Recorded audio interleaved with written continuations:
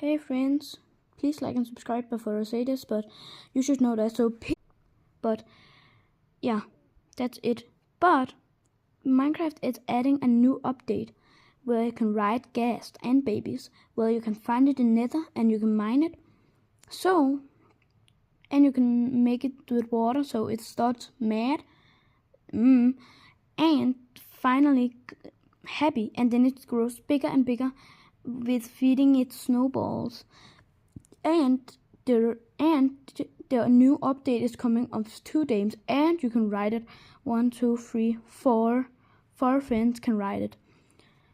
And you can get a new shadow update to your game, but it's apparently if you don't got a PC or a Xbox controller, there's gonna be a lot of lags.